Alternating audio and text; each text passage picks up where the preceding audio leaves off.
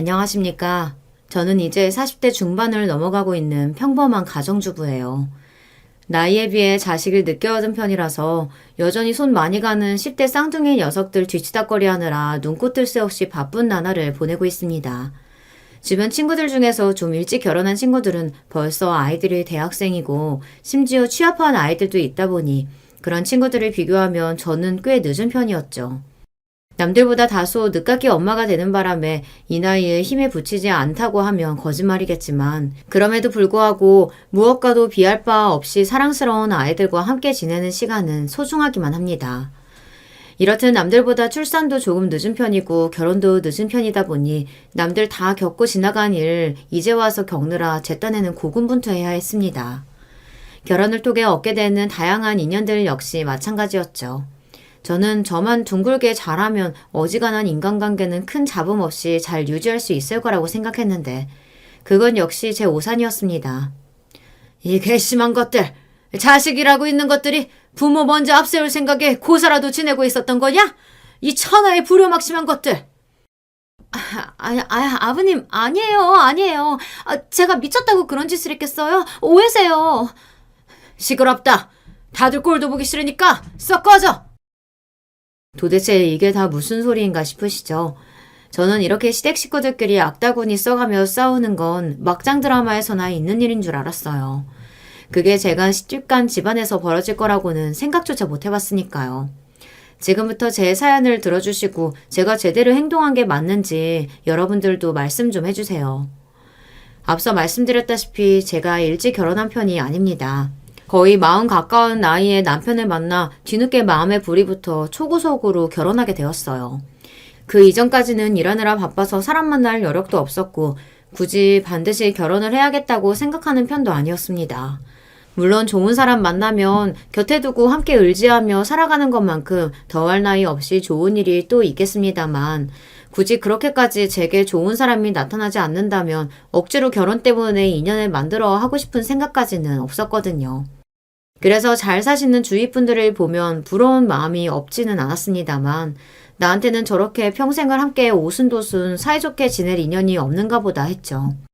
그러던 차에 성격이며 취향이며 저와는 꼭 맞춘 듯 들어맞는 남편을 만난 것이 마치 기적처럼 느껴졌습니다.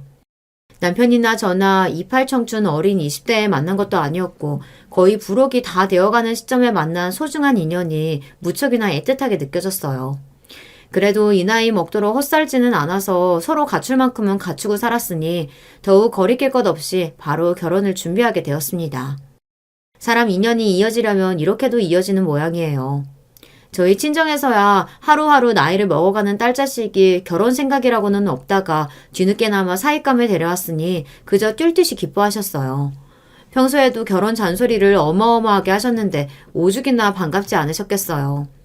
처음 인사드리는 자리에서 저희 남편은 이미 저희 친정 부모님께 더 볼 것 없이 구서방이 되어 있었습니다. 구서방, 내가 오늘 이렇게 자네 만나니 얼마나 반갑고 기쁜지 몰라. 우리 애가 워낙 그동안 누굴 소개해 준 적이 없어서 이 양반이나 나나 얼마나 걱정이 많았는지 몰라. 엄마는 진짜 처음 보는 사람 앞에서 별소리를 다 하시네. 부족한 점이 많은데 이렇게 환대해 주셔서 정말 감사합니다. 장인어른, 장모님. 당장 씨암탉이라도 잡을 기세인 친정 부모님 덕에 남편과 부모님 간의 첫 만남이었어도 분위기는 더할 나위 없이 화기애애했습니다. 그러면서도 딸 자식 보내는 부모 마음이라는 게 다 그런 건지 저희 친정 부모님도 걱정이 없지는 않으신 것 같더라고요. 그래도 우리 주미가 우리 자식이라서 하는 말이 아니라 애가 워낙 야물딱지고 똑부러져서 시집 가서도 잘 살 거야. 그렇지만 자네 부모님 보시기에 어떨지 몰라 조금 걱정이 되네. 자네도 나이가 있으니 사돌 되신 분들께서 손자 보고 싶으신 마음이 굴뚝 같으실 텐데 조금 더 어린 며느리 맡고 싶어 하시는 바람도 있으실 거고. 아닙니다. 나이야 저도 많은데요. 그리고 저희 집에서도 벌써부터 주미씨 볼 생각에 저희 부모님이 얼마나 기대가 크신지 몰라요. 노총각으로 늙어가는 아들 혼자 늙어서 총각귀시 되는 건 아닐까 걱정이 이만저만이 아니셨는데 저희 부모님 입장에서 주미씨는 영웅입니다. 영웅. 저희 남편이 넉살이 참 좋은 편이거든요. 그리고 남편이 한 말이 꼭 저희 부모님 안심시켜드리기 위한 과장만은 아니었습니다. 저희 집 먼저 인사 오기 전에 시부모님 되실 분과 약속을 잡으며 저도 옆에서 같이 통화를 한 적이 있었거든요. 시아버지와 시어머니 모두 처음 통화로 인사드리는 제게 아주 호의적이셨어요. 아이고 반갑습니다.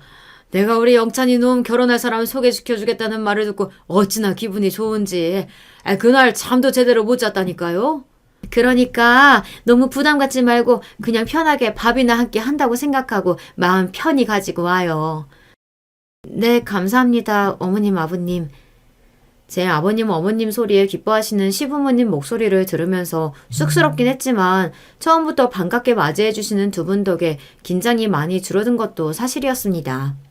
그렇게 처음 만나 뵌 시부모님들은 두 분 다 온화한 인상에 정겹게 저를 맞이해 주셨어요. 영찬이 밑으로 아들 세 놈 다 장가 보내고 나서도 저 녀석 하나 남아있는 게 그렇게 걱정스러울 수가 없었는데 주미 씨 덕에 큰 근심 덜게 되었으니 그저 고맙고 또 고마울 따름입니다. 그런 말씀 마세요, 아버님. 저야말로 영찬 씨 같은 좋은 사람 만나려고 지금까지 짝을 못 만났던 건가 봐요. 어쩜 말 한마디도 저렇게 곱게 할까? 아니에요, 어머님. 두 분 말씀 편히 해주세요. 당연히 저희 결혼에 딴지 거는 사람은 아무도 없었습니다.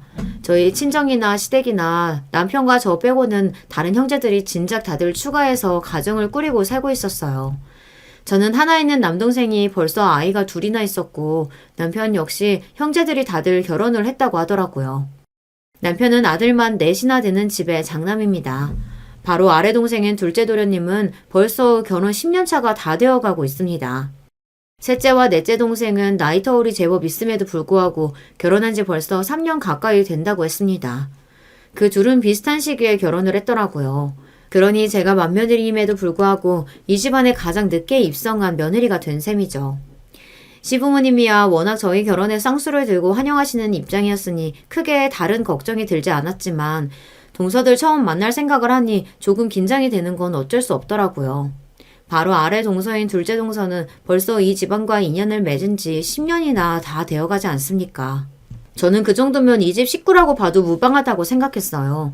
10년이면 강산도 변한다고 하는데 그 긴 시간 동안 이 집 며느리의 노릇을 했으니 아무리 제가 맏며느리라 하더라도 둘째 동서에게 배워야 할 점이 참 많겠다는 생각이 들었죠. 일반적으로 손 아래 동서보다 손위 동서가 어렵다곤 하지만 그것도 형제간에 차례 지켜가며 순서대로 결혼했을 때나 말이지. 저처럼 뒤늦게 불쑥 나타난 늦깎이 며느리한테는 해당 사항이 없는 얘기라고 생각했습니다. 거기다가 셋째, 넷째 동서도 이미 결혼한 지 3년 차가 넘어가고 있었고요. 제 남편이 한참을 홀로 지내왔으니 아무래도 맏며느리가 할 만한 일도 둘째 동서가 도맡아서 해야 했겠죠. 물론 그 전에 어떻게 지냈는지야 제게 책임이 있는 일은 아니라고 하지만 어찌되었든 장남도 아니고 둘째에게 시집와 맏며느리 못지않은 부담감을 안고 살아왔을 둘째 동서에게는 만나기 전부터도 왠지 더 긴장이 되는 기분이었어요. 게다가 벌써 3년 넘는 시간을 동서 셋이 쌓아온 세월이 있으니 이미 유대감을 가진 사람들 사이에 뒤늦게 끼게 된 입장인 저로서는 원래 있던 사람들 눈치를 보지 않기 어려운 편이기도 했고요. 혹여나 뒤늦게 불편한 손윗동서 생긴 걸 달가워하지 않는 건 아닐까 싶어 최대한 이 셋과는 잡음이 생기는 일이 없도록 잘 지내보고 싶은 마음이었습니다. 시부모님 인사드린 지 얼마 되지 않아 시댁 식구들 모두와 함께 식사하는 자리를 만들게 되었습니다. 이미 결혼 정년기를 훌쩍 넘어 하게 된 결혼이었고 양가 부모님들은 쇳불도 당김에 빼랬다고 최대한 빠른 시일 내에 결혼을 진행하고 싶어 하셨어요. 남편 역시 결혼에 워낙 적극적이었기 때문에 폭풍같이 몰아친 결혼 준비로 한창 정신이 없는 나날이었습니다. 그 와중에도 남편을 들들 볶아 동서들 환심을 살 수 있을 만한 선물도 준비하고 시조카들 선물까지 고르느라 아주 애를 먹었죠. 그만큼 앞으로 평생을 가족으로 지내게 될 시댁 식구들에게 정말로 좋은 인상을 주고 싶었습니다. 사람이 늘어서인지 처음에 시부모니까만 인사드릴 때보다 훨씬 시끌벅적한 자리였어요. 거기다 아직 어린 시조카들까지 와글와글 몰려있는 판이니 솔직히 음식이 입으로 들어가는지 코로 들어가는지도 모르겠더라고요. 그 정신없는 와정에 어떻게든 미소를 잃지 않으려고 하도 입꼬리를 끌어당기는 바람에 입가에 경련이 올 지경이었어요. 아무리 시부모님께서 편히 여겨달라고 하셨지만 이제 두 번째 뵙는 시부모님 외 나머지 시댁 식구들은 아예 처음 보는 자리였으니 그러기가 쉽지 않더라고요. 그 나이 먹도록 사회생활을 해놓을 만큼 해놨다고 자부했음에도 시댁 식구들은 또 다르더라고요. 왜 괜히 사람들이 우스갯소리로 결혼 힘들어서 두 번은 못한다고 하는 건지 이해가 되더라고요. 그나마 다행스러웠던 점은 동서 셋이 참 활달해 보이더라고요. 저를 처음 만나는 자리인데도 크게 낯가리는 기색 없이 제게도 말을 잘 붙여주었습니다. 반가워요, 형님. 저는 아주버님이 저렇게 멋지신 분인데도 형님 되실 분을 하도 모셔오지 않으시길래 도대체 얼마나 대단한 분을 모셔오려고 저렇게 늦장을 부리시나 했더니 형님 같은 분 만나시려고 그랬나 봐요. 아니에요. 그렇게 좋게 봐주니 제가 정말 몸둘 바를 모르겠네요. 형님, 그러시지 마시고 말씀 편하게 하세요. 저희 순서로 봐도 그렇지만 형님께서 가장 연장자이시니 말을 낮추시는 게 맞죠. 그래도 오늘은 처음 뵙는 자리니까 천천히 그렇게 할게요. 비록 중간에서 시조카들이 우르르 뛰어다니고 워낙 시댁적 인원이 많아서 한 분씩 제대로 얘기를 나누기도 쉬운 분위기가 아니었습니다. 그럼에도 걱정했던 것보다는 다들 저를 좋게 봐주시는 것 같아 긴장을 한시름 놓을 수 있었어요. 시끌벅적한 식사를 마치고 남편과 돌아오는 길에 안도의 한숨을 내쉬며 말했습니다. 솔직히 나 오늘이 아버님 어머님 처음 만날 때보다 더 긴장됐거든. 자기 부모님이야 워낙 온화하신 분들이기도 하고 어머님께서도 조용하시고 성품이 부드러운 편이시잖아. 그래서 시어머니 시집자리는 솔직히 별로 걱정 안 됐다. 근데 또 시댁 동서들은 다르다고들 하더라고. 아무래도 나이도 비슷하고 위치도 비슷하다 보니 부딪힐 일이 더 자주 생길 수 있다고. 그래서 갑자기 튀어나온 나이 먹은 손윗동서 별로 곱게 생각하지 않으면 어쩌나 걱정했는데 다들 부침성도 좋고 살갑게 잘 대해주시는 것 같아. 솔직히 나도 여자들 문제는 잘 모르니까 걱정이 아주 없다고 하면 거짓말이었는데 재수 씨들이 당신한테 저렇게 말도 정답게 붙여주고 하시는 거 보니 좀 안심된다. 솔직히 재수 씨들이랑은 오며 가며 집안일 있을 때 인사나 했지 그렇게 말 길게 해본 적 별로 없거든. 셋째, 넷째야 그렇다 쳐도 둘째 동서는 시집 온 지 10년이 다 됐는데도 그래? 그게 참 그렇더라고. 내 형제랑은 다르게 마냥 편한 관계도 아닌데다가 또 그동안은 나 혼자만 짝이 없이 있었잖아.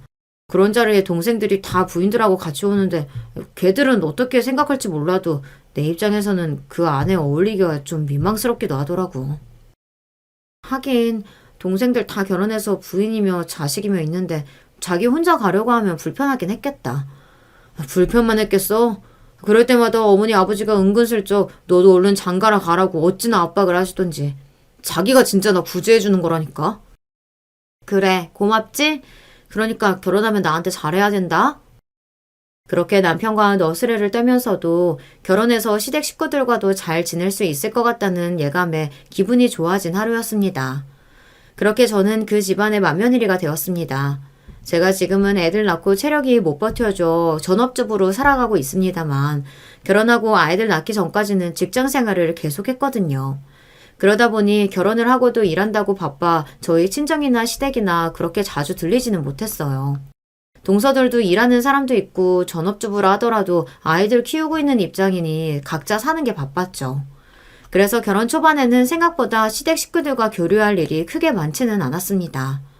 물론 그렇다고 해서 아예 교류가 없었던 것은 아니니 한 번씩 시댁에 들릴 때마다 동서들도 얼굴을 보게 되었어요. 다시 봐도 그 셋은 참 똘똘 뭉쳐서 사이가 좋더라고요.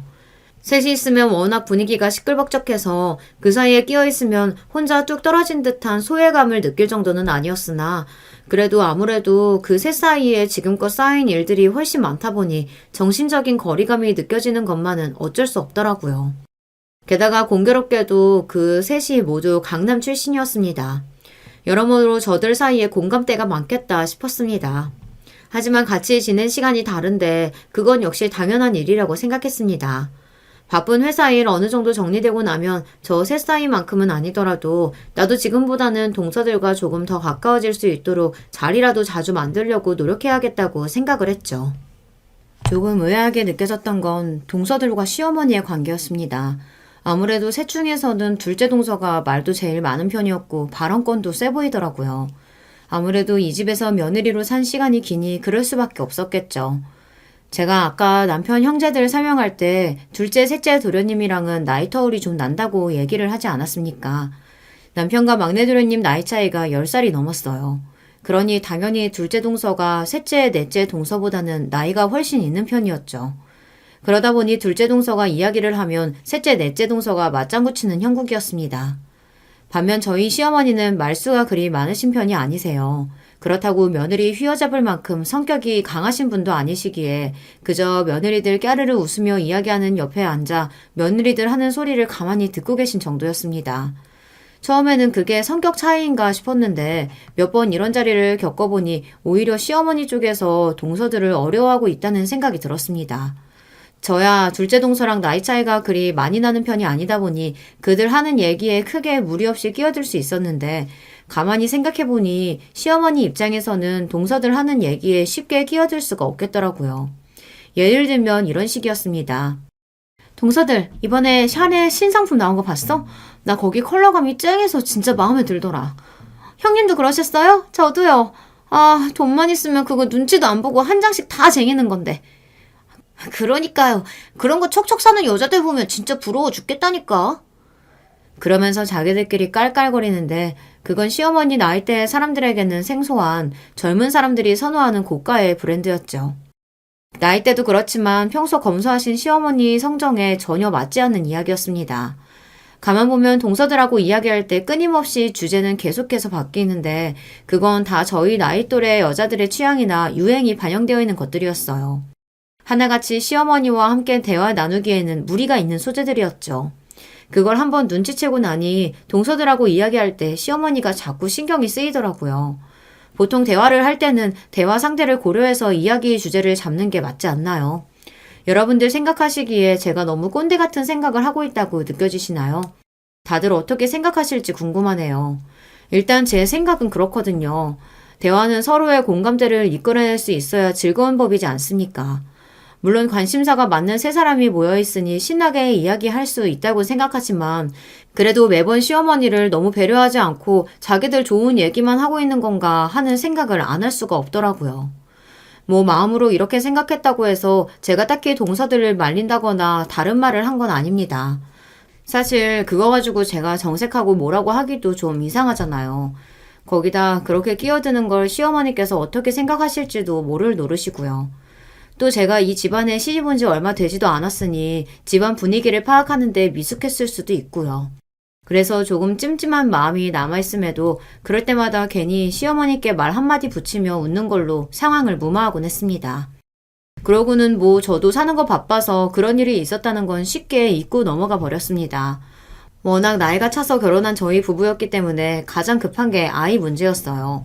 더 늦으면 임신이 힘들겠다는 조급함도 있었기에 아이 갖는 걸 서두르다 보니 감사하게도 결혼한 지 얼마 되지 않아 아이 소식이 찾아왔습니다. 솔직히 금세 아이가 생길이라고 기대하진 않았는데 정말 천운이라고 생각했어요. 결혼하기 전부터도 아이 가는 문제로 고생을 많이 하게 되면 어떡하나 두려운 마음이 있었던 것을 말끔히 상쇄시켜주는 축복받은 임신이었습니다. 양가 부모님 역시 뛸 듯이 기뻐하셨어요. 얼마나 바라고 바라셨던 손자 소식이셨겠습니까?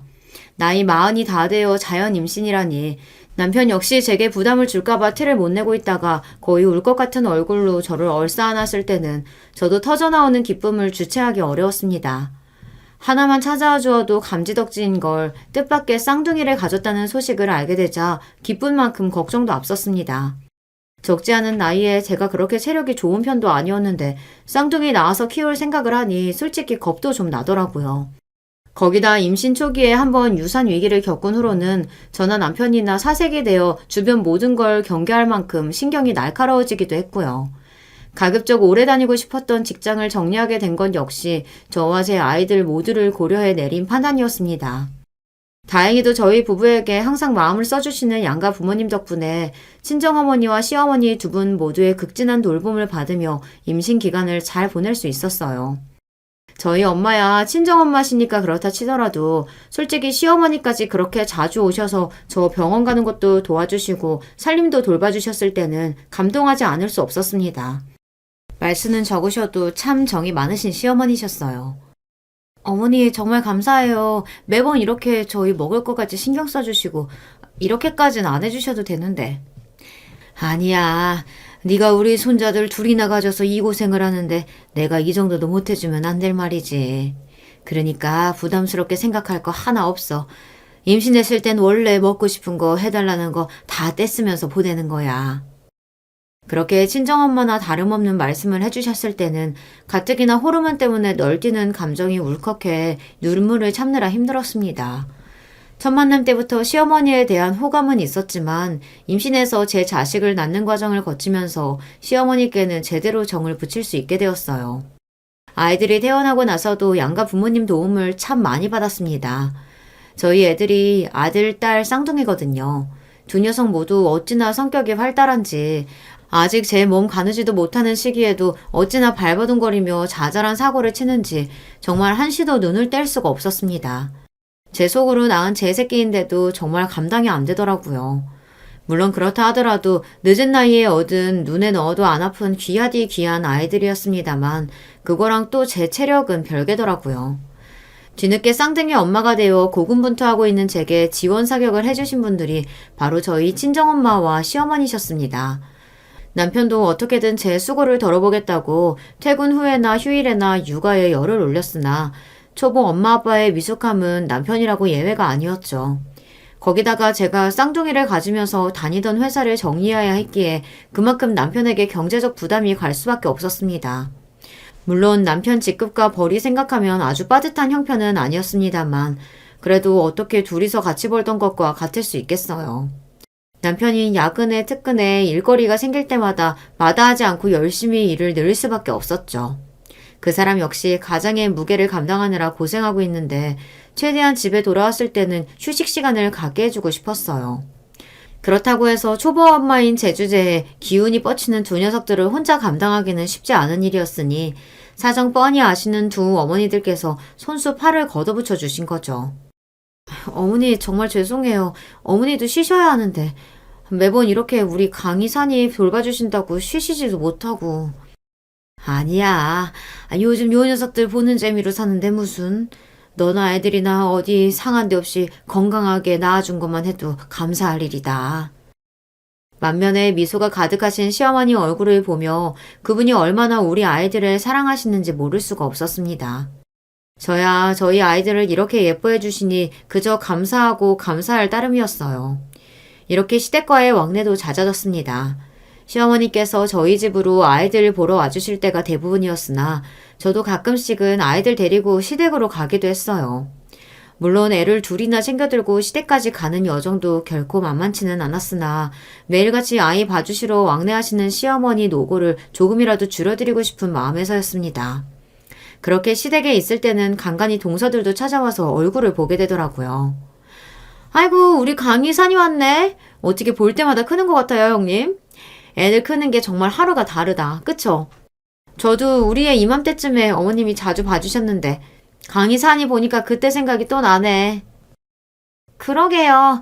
어머님 요새 강희산이 보신다고 집에도 자주 안 계시고 저희 애들도 할머니 보고 싶다고 하는데 서운해요 어머님. 둘째, 셋째 동서하는 말에 시어머니가 당황스러워 하셨습니다. 그러고 보니 요새 거의 저희 집에만 왔다 갔다 하시다 보니 다른 손자들 볼 시간이 부족했구나. 그때서야 저도 아차 싶더라고요. 그래서 제가 대신 동서들에게 사과를 했어요. 미안해 동서. 내가 이 나이 먹고 제대로 할 줄 아는 게 없어서 아무래도 갑자기 애가 둘이나 생기니 어머님께서 걱정이 많이 되셨던 모양이야. 내가 얼른 적응해서 어머님 쉬시게도 해드리고 다른 손자 재롱 보실 시간도 내실 수 있게 해드려야 하는데 미안하네. 아니에요 형님. 형님 들으시라고 한 말 아니었어요. 제 사과에 오히려 당황하는 동서들이었습니다. 그대로 이걸로 난처해하시는 시어머니 입장을 잘 넘긴 것 같아서 다행이다 싶었어요. 윗사람이라고 해서 아랫사람한테 사과하지 말란 법도 없고 저는 그런 거 별 신경 안 쓰고 있었는데 동서들 다 가고 나서 시어머니께서 미안한 기색으로 그러시더라고요. 아가, 내가 처신을 제대로 못해서 네가 안 해도 될 사과까지 하게 만든 것 같아 미안하구나. 어머님 그게 무슨 말씀이세요. 어머님이 저희 아기들 봐주시느라 고생하시는 거야 우리 식구들 모르는 사람이 누가 있다고요. 어머님이 다른 손자들 만나실 여유 없었다면 그건 제 책임이 맞아요. 그러니까 그렇게 생각하지 마세요 어머님. 여전히 제게 미안한 기색이신 시어머니를 보며 그때까지 별 말씀 없으셨던 시아버지께서 한 말씀 하셨습니다. 그대가 그렇다고 하는데 당신이 자꾸 그러는 것도 큰애 불편하게 하는 거야. 그리고 셋째, 넷째야 뭐 진짜 손주놈들 당신 보고 싶어 해서 그렇게 얘기했겠어? 자기들 애 좀 맡기고 편하게 나다니고 싶은데 요새 그러질 못하니 심술나서 그러는 거지. 당신도 참 그렇게 말하지 말라니까. 내가 뭐 없는 소리 했나? 그네도 제 동서들이 어떤 줄 알고 있어야 나중에 당황할 일 없지. 제 눈치를 보며 안절부절 못하는 시어머니를 보고 시아버지께서 단호하게 말씀하셨습니다. 저는 영문을 몰라 물었어요. 아버님, 왜요? 동서들이랑 혹시 무슨 일 있으셨어요? 내가 내 발등에 침 뱉는 소리 같아 이런 얘기 안 하려고 했는데 가만 보면 그것들 하는 짓이 은근히 괘씸한 데가 있어. 내 앞에서는 어떻게 하는지 모르겠지만 은근히 네 시어머니 따돌리려 드는 것도 마음에 안 들고 앞으로는 살살 어머니 하면서 저들 필요할 때 아니면 전화 한 통을 안 한다니까. 여보, 그런 거 아니라도 그러네. 다급하게 시어머니께서 시아버지 말씀을 만류하셨지만 말씀하시는 뉘앙스를 들어보니 시아버지께서 여간 쌓인 게 많으신 것 같더라고요. 둘째, 그게 제일 문제야. 결혼한 지 얼마 안 돼서 제 친정 어렵다고 돈 해달라는 걸 그때는 우리도 사정이 안 좋아서 어려울 것 같다고 거절한 이후로는 한동안 우리 집에 발걸음도 안 했었어. 그나마 나야 그런 꼴 가만히 두고 보는 성격 아니니 내 눈치는 좀 봐도 네 시어머니야 너도 알다시피 사람이 그렇게 말랑하지 않냐. 거기다 셋째 넷째 한꺼번에 우리 집 식구 된 후로는 그것들한테도 못된 것만 가르쳐서는 제 시어머니를 아주 만만하게 대하질 않나. 그걸 그대로 배우면 뭐 셋째 넷째도 뭐 잘한 건 없다마는 그래도 이 사람이 둘째 내 애 첫애 나왔을 때는 제 친정부모 대신 거의 손자녀서 키워주다시피 했는데. 시아버지께 사정을 듣고 보니 둘째 동서 쪽 친정 사정이 별로 좋지 않은 편인 것 같더라고요. 친정 부모님이 주기적으로 돈 사고를 치는 것 같기도 하고 손자도 거의 저희 시어머니 쪽에서 다 봐주다시피 하셨던 걸 보면 외손자에게 그리 애정이 있는 편도 아닌 것 같았습니다. 그동안 동서들과 시어머니 사이가 왠지 모르게 조금 서먹하게 느껴지긴 했는데 이런 비화가 있는 줄은 또 몰랐어요. 물론 이건 시아버지 입장에서 들은 이야기니 완전히 한쪽 말만 듣고 판단할 일은 아니긴 했지만 그래도 솔직히 동서들이 좀 너무했다 싶더라고요. 제가 자식 낳아서 부모님들 도움 받아가며 키워보니 그게 그렇게 감사하고 죄송스러울 수가 없던데 시어머니께서 그렇게까지 해주셨다는데 친정일 안 돌봐줬다고 사람을 이렇게 소외시키는 건 좀 아니지 않나요? 들어보니 시부모님이 일부러 도와주는 걸 거절한 것도 아니신 것 같은데요. 그런 사정까지 알고 보니 매번 자식들과 며느리가 필요로 할 때마다 고생하시는 시어머니가 안쓰럽게 느껴졌습니다. 비록 저 역시 시어머니 도움받아 아이들 키우고 있는 입장이니 동서들을 마냥 나무랄 수만은 없는 입장이라지만 그래도 나라도 시어머니께 더 마음을 써드리자고 다짐하게 되었죠. 눈꽃들 새 없이 정신없던 쌍둥이 육아도 녀석들을 간신히 어린이집 보낼 수 있는 나이가 되자 조금은 한시름 덜 수 있게 되었습니다. 저도 저지만 늘 저희 집 왔다 갔다 하시며 아이들 봐주시느라 고생하신 친정엄마와 시어머니 고생도 좀 덜어드릴 수 있다는 생각에 안도하게 되었습니다. 어머님, 항상 저나 저희 아이들 챙겨주셔서 정말 감사드려요. 자식이 돼서 부모님 이렇게 고생시켜서는 안 되는데 지금부터라도 여유 시간에 좋은 거 드시고 좋은 거 보시면서 여행도 좀 하시고요. 아유, 내 새끼들 내가 보고 싶어서 봤는데 고생은 무슨. 그리고 애들 봐준다는 핑계로 너한테 온갖 좋은 거며 용돈이며 잔뜩 받아놨는데 내가 너한테 이런 말 듣기 참 민망하다 얘. 어머님 그게 당연한 거죠. 그럼 그 고생을 하시는데 어머님이 지금까지 고생하신 거 생각하면은 그것도 부족해서 죄송스러운걸요? 무슨 소리야. 내 손주 봐주고 이런 거 받아본 적 나한텐 너밖에 없는걸? 어머님 말씀에 제가 되레 놀랐습니다. 둘째 동서 아이들은 물론이거니와 셋째, 넷째 동서도 손을 빌려주셨던 어머니셨어요. 그럼 그때까지 동서들은 어머니께 아무것도 해줬다는 게 없었단 말입니까? 여러분, 이게 맞는 거예요. 가뜩이나 동서들이 좀 너무했다 싶었던 차에 이건 정말 아니다 싶더라고요. 그래서 제가 시어머니 붙잡고 이렇게 말했습니다. 어머님, 아무리 부모 자식 간이라고 하더라도 지킬 건 지켜야 한다고 생각해요. 앞으로 동서들이 그렇게 대가 없이 뭔가 해달라고 요구하면 안 된다고 딱 부러지게 말씀하셔야 돼요. 아셨죠? 응, 이제 그럴 일도 없어. 너 아니면 다른 애들하고는 연락도 거의 안 하는 편이고. 그렇게 말씀하시는 시어머니의 얼굴이 씁쓸해 보여 더 속이 상하더라고요. 지금껏 지켜본 바로는 저희 시어머니는 며느리들이 시집살이 핑계로 기피할 만한 분은 절대 아니셨으니까요.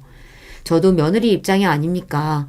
저한테 이렇게 다정하게 마음을 써주시는 분이 동서들 처음 시집왔을 때라고 안 그러셨겠어요. 그런데 받을 거 다 받아놓고 이제 와서 불편한 시어머니 취급하며 등한시하는 건 좀 아니다 싶더라고요.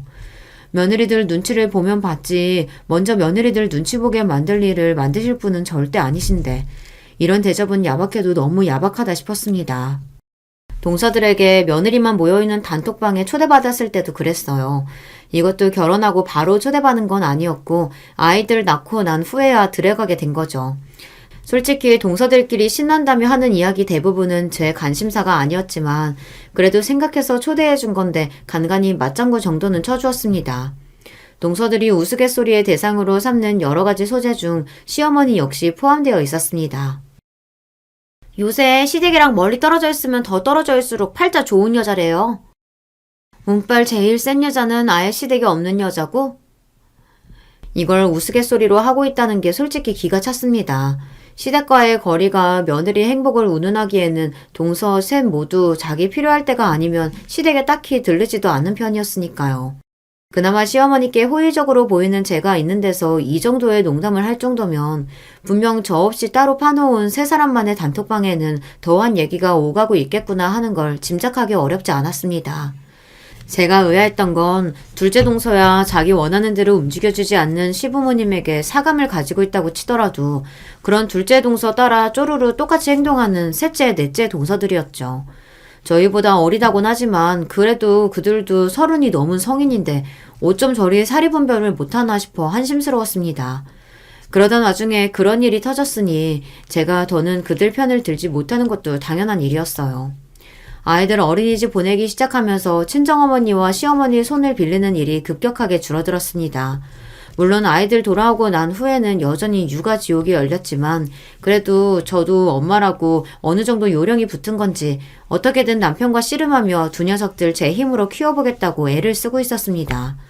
그럴 때마다 시어머니께서 본인이 도와주겠다며 자처하셨지만 지금껏 받은 도움만 해도 차고 넘친다고 생각했습니다. 그래서 괜히 더 고생하실까봐 저희 집에 잘 오지도 못하게 하시게 하고 대신 밖에서 따로 약속을 잡아 시어머니 보는 일이 잦아졌습니다. 평소에 잘 못 가시는 예쁜 카페 같은 곳에서 맛있는 디저트 먹으며 시어머니와 시간을 보내는 일은 제게도 귀한 휴식 시간이었어요. 아이고, 큰애 니 덕에 내가 팔자에도 없는 호강을 다해본다. 아니에요, 어머님. 저도 어머님 아니면 누구랑 이런 데 와서 이렇게 가끔씩이라도 숨 돌리겠어요. 그러니까 저랑 오래오래 같이 놀아주셔야 돼요. 며칠에 한 번꼴로 저와 함께 보내는 티타임을 즐겁게 여겨주시는 시어머니셨습니다. 그래서 약속된 티타임까지 취소하고 시부모님께서 저를 시댁으로 부르셨을 때 무슨 일이 생겼나 불안한 마음이었죠. 네 어머니가 췌장암이란다. 더할 나위 없이 낯빛이 거뭇해진 시아버지 입에서 나온 말씀에 한동안 사고가 정지했습니다. 이게 무슨 소리인가 싶으면서도 그 옆에서 이미 모든 것을 체념한 표정을 짓고 계신 시어머니를 보니 사태의 심각성을 인지하지 않을 수 없었습니다. 아버님, 그게 무슨 말씀이세요? 지난번 건강검진 때만 하더라도 깨끗하게 나왔었는데 갑자기 암이라뇨. 다른 것도 아니고 췌장암이라니. 제가 암에 대해 대단한 지식이 있는 건 아니지만 그래도 다른 것에 비해 췌장암이 얼마나 위험한 암인지 정도는 주변에서 들어서 알고 있었습니다. 겉보기에는 여전히 정정하신 어머님인데 그런 무서운 병이라니 놀랍고 두려운 마음에 그만 몸이 벌벌 떨렸어요. 어머님, 우리 다른 병원에 가봐요. 저번에 만났을 때만 하더라도 병원 갔다 오셨다는 말씀 없으셨잖아요. 저한테 말씀을 하시지. 벌써 울먹이며 하는 제 말에 시어머니 눈가도 촉촉해지셨습니다. 그러면서도 담담하게 하시는 말씀은 제 마음을 더욱 아프게 했어요. 너무 그럴 것 없어. 우리 나이 되면 여기저기 고장도 나고 그러면서 사는 거야. 어미 아프다고 너희들 놀라게 할까 싶어 일찍 얘기를 못 꺼냈다. 미안해, 아가. 항상 시어머니의 손만 빌리고 아직 효도도 제대로 시작도 못 해봤는데 갑작스러운 시어머니의 췌장암 발병 소식에 가슴이 미어지는 듯 했습니다. 시어머니가 췌장암에 걸렸다는 소식은 곧 모든 시댁 가족에게 전달되게 되었습니다. 남편은 물론이거니와 새 도련님들 역시 충격에 휩싸였어요. 집안 분위기야 말할 것도 없었습니다. 그냥 암이라고 해도 걱정이 이만저만이 아닐 판에 하필이면 췌장암이라는 소식에 다들 어찌할 바를 몰랐습니다. 그런 와중에도 하루라도 치료를 늦출 수 없었기에 바쁘게 병원 일정이 처리되었습니다. 저는 아이들을 친정에 맡기고 출근하는 남편을 대신해 거의 시부모님과 붙어 지내다시피 했어요. 병실에 입원한 시어머니 모습을 보니 정말 투병 생활이 시작됐구나 하는 실감이 들어 덜컥 겁이 났습니다. 어머님, 저 잠깐 물 좀 떠올게요. 차마 시어머니 앞에서 올 수가 없어 간신히 병실 밖을 나와 계단에 서서 한참을 울었습니다. 그러다 울리는 카톡 소리에 저도 모르게 소스라치게 놀라 휴대폰 화면을 들여다보았어요. 화면에 뜬 알람을 보고는 그만 눈물이 쏙 들어가 버렸습니다. 그만큼 제 눈을 믿을 수 없었어요. 여러 번 카톡의 내용은 정말이지 가관이었습니다. 아싸, 저 양반 드디어 황천길 가는구나. 그건 동서들과의 단톡방에 올라온 둘째 동서의 카톡이었습니다. 그 밑으로 셋째, 넷째 동서가 답했어요. 그러게요, 형님. 기다렸다는 듯 올라오는 신이 난 동서들 카톡에 그만 눈알이 뒤집히는 줄 알았어요. 세상에 이게 사람이 할 짓입니까? 얼마 전 어머니 아프시다고 온 식구들 모였을 때는 그나마 사람 행세라도 하더니 뒤에선 이딴 짓들을 해요. 여러분들이라면 이런 걸 그냥 두고만 보실 수 있으시겠어요? 이건 아니었습니다. 이럴 수는 없는 거였어요. 저도 모르게 떨리는 손길로 단톡방의 대화 내용을 캡처했습니다. 사람이 사람을 싫어할 수는 있다고 하더라도 어떻게 이렇게 악의를 가질 수가 있습니까? 저들도 자식 키운다는 것들이 사람이 죽을지도 모른다던데 어떻게 그걸 반길 수가 있어요. 그동안은 그냥 넘어갔다 하더라도 이건 절대 그럴 수 없는 일이었습니다. 저는 즉시 시아버지께 캡처한 단톡방 사진을 전송했습니다. 그네 너 지금 집으로 좀 와줘야겠다. 곧장 걸려온 전화에 시아버지 목소리는 서늘했습니다. 제 기분이 이런데 그걸 보고 시아버지의 심정이 어떠셨겠어요. 병실에 시어머니께서 잠드신 걸 확인하고는 불이 나게 시댁으로 향했습니다. 제가 시아버지께 연락드린 지 이제 1시간 남짓 되었는데 새 동서 내외와 남편까지 모두 시댁에 도착해 있더라고요. 다들 영문을 모르는 표정인 걸 보니 아직 시아버지께서 아무 말씀 안 하신 것 같았습니다. 자기들끼리 뭉쳐서는 무슨 일인가 싶어 수군거리는 동서들을 보니 분노가 치밀러 올랐습니다. 그때였어요. 벌컥 안방문을 열고 나오신 시아버지께서 새 동서 내외를 보며 쩌렁쩌렁 소리를 치셨어요. 앞으로 우리 집 며느리는 큰애 하나뿐이란 말 하려고 불렀다. 니놈들이 니 처들이랑 갈라서지 않는다면 자식은 영찬이 하나 있다고 여기며 살 테니 그리들 알아라. 벼락같은 시아버지 선언에 다들 말문이 막혔습니다. 쉽사리 누구도 입을 열지 못하고 있던 차에 남편이 제 부친께 물었어요. 아버지, 대체 무슨 일이세요? 뭐 때문에 그렇게 화가 나신 건데요? 네, 아버지, 말씀해 주세요. 갑자기 이 사람이랑 갈라서라뇨. 그건 네 처가 더 잘 알겠지. 그러고는 당신 휴대폰을 소파에 집어던지셨습니다. 후다닥 그걸 잡아든 둘째 동서 얼굴에서 서서히 핏기가 가시기 시작했어요. 아니, 이걸 어떻게... 제가 받아보면서도 설마 했는데 아무래도 자기들을 셋이 있는 단톡방에 올린다는 걸 착각해서 저까지 있는 단톡방에 올린 게 맞았던 모양입니다. 저 없는 데서 시어머니께 더한 말을 하며 낄낄거릴 거라고 예상을 하긴 했지만 그렇다고 이렇게까지 인간 이하의 행실을 하며 지냈다니 일부러 저것들과 가깝게 지내보겠다고 노력한 시간이 아까워 미칠 지경이었어요. 이 일의 제보자가 누구인지 단박에 알아챈 둘째 동서가 제게 뻔뻔하게도 대들기 시작했습니다. 아니, 우리끼리 오간 얘기를 가지고 이걸 쏠랑 아버님께 일러바쳐요? 사람이 치사스러운 것도 정도가 있지. 그이 닥치지 못해? 내 둘째, 네가 일찌감치 글러먹었다는 건 알고 있었지만 이렇게까지 인간이 바닥일 거라고는 생각하지도 못했다. 그렇게 네 시애미 빨리 죽기만을 바라고 있었어. 온 가족이 저 사람 병 걸려서 알아 누운 걸 보고 가슴이 찢어지고 있는데 거기다다 대고 사람 죽으라고 고사를 지내? 이 금수만도 못한 거! 분노를 참지 못하고 둘째 동서에게 쏟아내는 시아버지를 보며 둘째 도련님이 둘째 동서 손에 들려있던 휴대폰을 탁 빼앗았습니다. 충격적인 내용을 확인하는 둘째 도련님의 손이 덜덜 떨리기 시작했어요. 당신, 이게 뭐야? 지금 우리 엄마한테 이따위 말을 해놓고 그래놓고도 형수님이랑 내 아버지한테 대들고 있어? 이 정신나간 여자가. 그러더니 분노를 참지 못한 둘째 도련님이 둘째 동서 뺨을 철썩 내리쳤습니다. 불시에 뺨을 얻어맞은 둘째 동서가 바닥에 널브러지고 그걸 보는 셋째, 넷째 동서들이 경악해 비명을 질렀습니다. 너희 새 인간들이 네 어머니 은근히 무시하고 따돌릴 때 그때 버릇을 제대로 잡았어야 했어. 나 니들 같은 것들을 내 며느리로 절대 인정 못한다. 내 마누라 잘못됐다는 소식에 쌍수들어 반기는 그런 개 돼지만도 못한 것들을 어떻게 자식이라고 끌어안고 살 수가 있겠어? 너희 새 놈도 똑똑히 들어라. 나는 저런 것들한테 내 유산 단 한 푼도 가는 꼴 못 본다. 저것들이랑 살 맞대고 정같이 살아야겠으며 나랑 네 어미랑은 완전히 영 끊는 줄 알아라. 아버님 잘못했어요. 저희는 그냥 별 생각 없이 진짜 아기가 있어서 그런 게 아니었어요. 맞아요, 아버님. 저희는 그냥 형님 하시는 말씀에 맞장구 친 거예요. 손이동서가 말씀하시는데 저희가 무슨 말을 할 수 있었겠어요. 이것들이 미쳤나? 지들이 더 신나서 나불댈 땐 언제고 누구한테 뒤집어 씌우고 있어? 아니, 솔직히 형님이 처음부터 안 그랬으면 어떻게 이런 일까지 생기냐고요. 형님 때문에 이게 다 무슨 꼴이에요. 야, 너 말 다 했어? 야, 너 이거 안 나? 이혼에 유산 문제까지 폭풍처럼 몰아닥치는 후폭풍에 동서 셋도 어지간히 정신이 나간 게 아닌 모양이었습니다. 서로 자기만 살겠다고 남 탓을 해가며 싸우다 못해 셋이 엉겨 머리끄댕이를 쥐어잡고 흔들어 제끼는 모습을 보고 있자니 지금 이 자리에 시어머니께서 계시지 않는다는 게 얼마나 다행스럽게 느껴졌는지 모릅니다. 그런 제 마누라 추한 꼴을 더는 못 보겠는지 셋째 도련님과 넷째 도련님도 고함을 치기 시작했어요. 당장 그만두지 못해? 뭘 잘했다고 지금 아버지 앞에서 이 추태를 부리고 있어? 당신 당장 나와. 감히 이따위 짓거리를 벌여놓고 조용히 넘어갈 수 있을 줄 알았어? 당장 못 나와? 그러게 각자가 각자의 처들을 끌고 나가고 시댁에는 여전히 분기탱천하신 시아버지와 저희 네에만 남았습니다.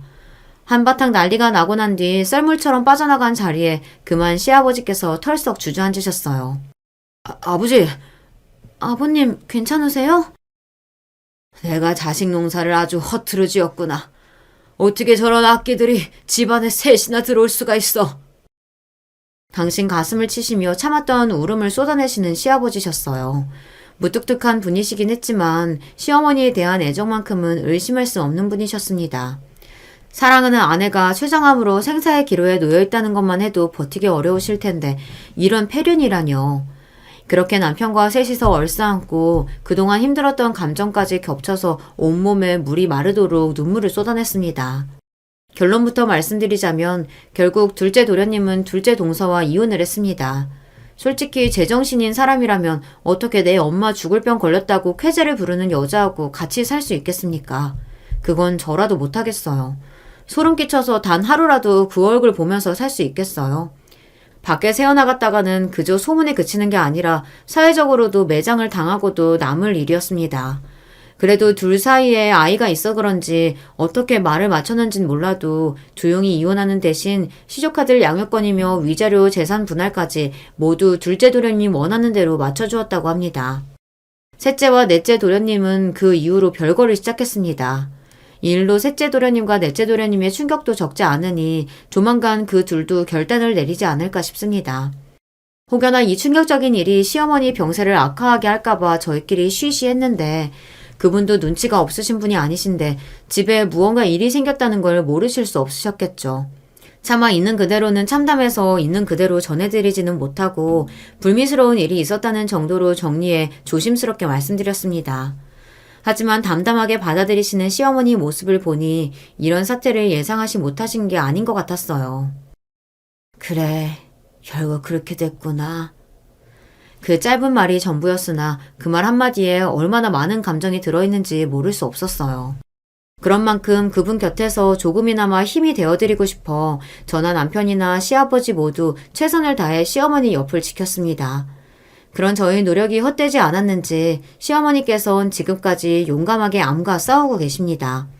하루는 좀 나빴다가 다음 날에는 조금 괜찮아지시기도 하며 이젠 이런 생활도 익숙해져 가고 있어요.